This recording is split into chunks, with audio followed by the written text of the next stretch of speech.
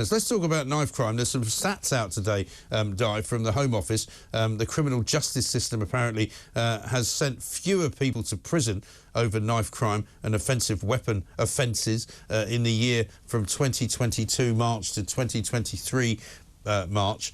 The proportion of offenders receiving an immediate custodial sentence has fallen to just 30%, which I think is a mistake.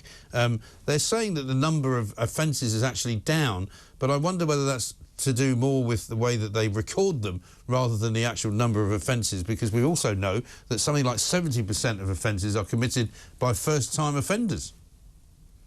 Well, you're quite right. And if you think the average sentence first-timers and even sometimes second-timers is 7.8 months, that is absolutely no deterrent to some of these feral youth whose mates already are in prison or coming in and out of prison because we are so lax in this country. You know, 45,000 offences of carrying a knife or using a knife, as far as I'm aware, and trying to make sense of some of the statistics. I've only just had 5 minutes to look them up, but it's just mind-boggling how much crime is committed by those using knives. And the average age is under 20. That is alarming because they show no fear of our criminal justice system. And this is surprising when 2/3 of them don't go to prison. It just beggars belief, frankly. Exactly. I mean, this is the trouble with crime in general, though, Di, isn't it, at the moment? Because most people who commit what you might regard as relatively low-level crime, like these kids steaming in and out of Oxford Street shops and just nicking stuff, shoplifting all over the place has gone up massively.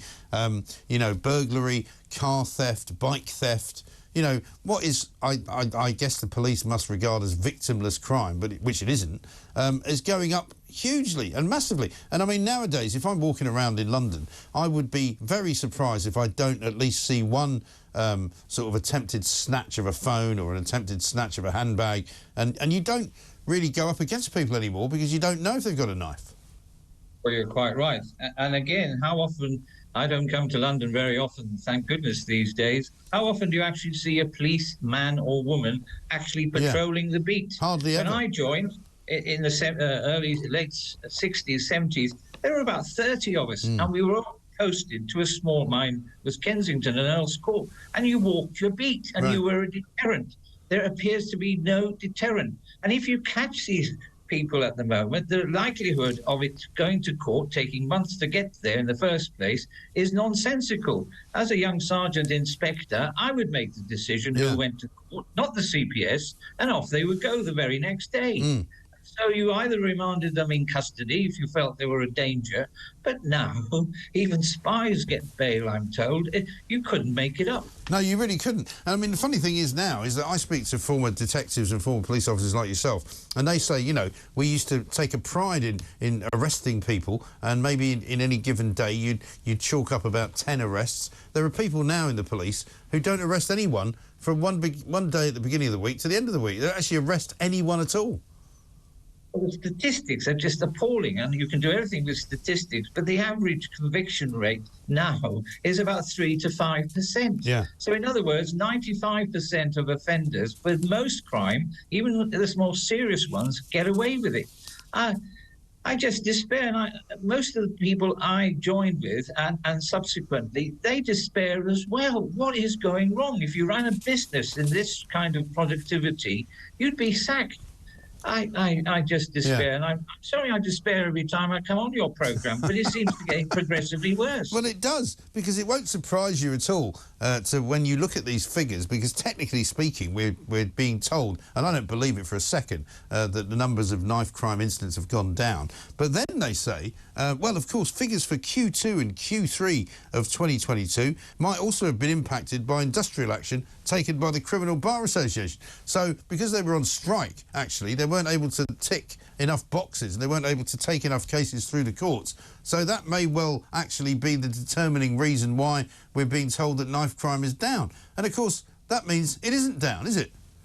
No, of course it isn't. And I'd like, if you get a minister on your programme, Ask them, do you think it's satisfactory that in this day and age we allow young feral youths to go around stabbing each other? I think there were nearly 300 homicides last year caused through knife crimes. Do you think that's acceptable in a democracy like ours? Well, I can tell you what they'll say, because the last time I had a minister on who had anything to do with police and crime, he was busy trying to convince me that crime rates were going down. And I said, sorry? I mean, that is not my experience, that is not anybody's experience in terms of just walking around and seeing what's going on and knowing that I speak to at least 4 people a day now who, if it hasn't happened to them, it's happened to somebody they know who's had their phone nicked. Well, absolutely. And if you ask victims of burglary, are we still getting any kind of satisfaction from when we do get a visit or we do get anything?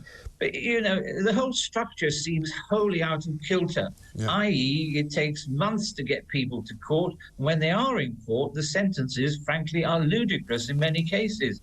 We really have got to have, I think, a royal commission in this country into the criminal justice system. Everybody blames money, but, you know, there are more police officers now in this country than whenever I joined 50 years ago, that's for sure. And not only that, they don't mention they're supported by civilian backup, thousands of them. We didn't have that in my day. So somebody isn't doing their job very well. And as I repeatedly said, some of our chief constables I would sack tomorrow. Yeah. Well, unfortunately, you know, looking around the country, all of the different various constabularies that exist, none of them are really standing out for me as constabularies actually doing what it says on the tin, i.e. keeping the community safe and locking up the bad guys. I mean, that's the job, isn't it?